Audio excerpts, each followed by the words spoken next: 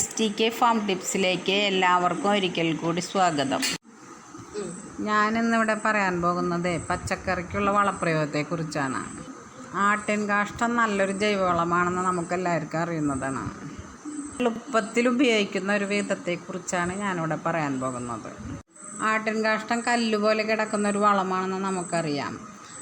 അത് കാരണം ചെടികൾക്കൊക്കെ ഇട്ടാൽ അതിൻ്റെ ഗുണം പെട്ടെന്ന് വലിച്ചെടുക്കാൻ അവർക്ക് പറ്റില്ല.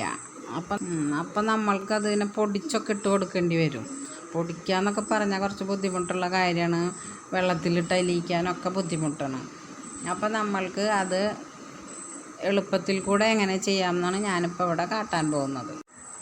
ആദ്യം തന്നെ നമ്മൾക്ക് ആവശ്യമുള്ള വലുപ്പത്തിൽ ഒരു കുഴി കുഴിക്കുക.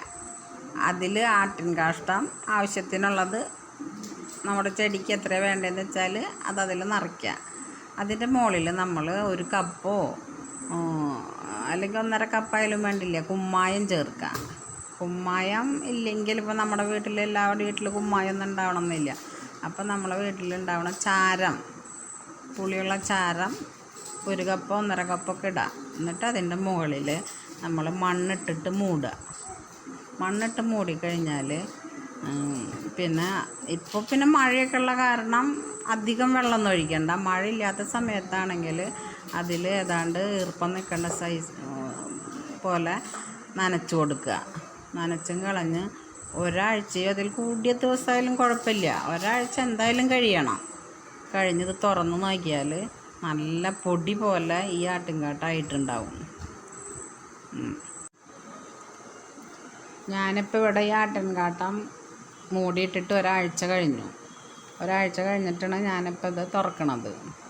ഇപ്പോൾ തുറന്ന് നോക്കുമ്പോൾ ഇത് നല്ല പൊടി പോലെ ഇരിക്കുന്നുണ്ട്. അപ്പോൾ ഇതിൽ നമ്മളിതിപ്പോൾ മുളകിനോ തക്കാളിക്കോ പച്ചമുളകിനോ എന്തിനാ ഇടായാലും ചെറിയ സസ്യങ്ങൾക്ക് ഇടുകയാണെങ്കിൽ പ്രത്യേകിച്ചും കുറച്ച് മണ്ണ് കൂടി മിക്സ് ചെയ്തിട്ട് ഇട്ട് കൊടുക്കണം. അല്ലെങ്കിൽ ഇവരെ കടയ്ക്കൽ നമ്മൾ ഈ പൊടി നേരിട്ട് കൊണ്ടിട്ടാൽ ഇത് അലിഞ്ഞ് ഇങ്ങനെ സിമെൻറ്റ് പോലെ ഉറച്ച് കിടന്നിട്ട് എയറൊന്നും കിടക്കാണ്ട് അത് സസ്യങ്ങൾക്ക് ദോഷം ചെയ്യും. അപ്പോൾ എപ്പോഴും ചെറിയ മുളക് പോലുള്ള സസ്യങ്ങൾക്കൊക്കെ ഇടുമ്പോൾ കുറച്ച് മണ്ണും കൂടി മിക്സാക്കിയിട്ട് കലർത്തിയിട്ട് ഇട്ട് കൊടുക്കുക. അപ്പം നന്നായിട്ട് പൂക്കും ചെയ്യും, നന്നായിട്ട് കായും ഉണ്ടാവും. ഒരു പൂവും കൊഴിഞ്ഞൊന്നും പോവാണ്ട് നല്ല കായ്ഫലം ഉണ്ടാവും.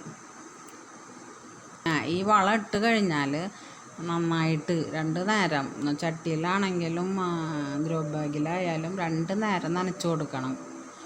ആട്ടിൻകാട്ടം ചൂട് കൂടിയൊരു വളമാണ് ജൈവവളം. അപ്പം അതുകൊണ്ട് ചെറിയ തോതിലൊക്കെ 2 നേരം നനച്ച് കൊടുക്കുക. അപ്പം നന്നായിട്ട് കായും പൂവൊക്കെ ഉണ്ടാവും.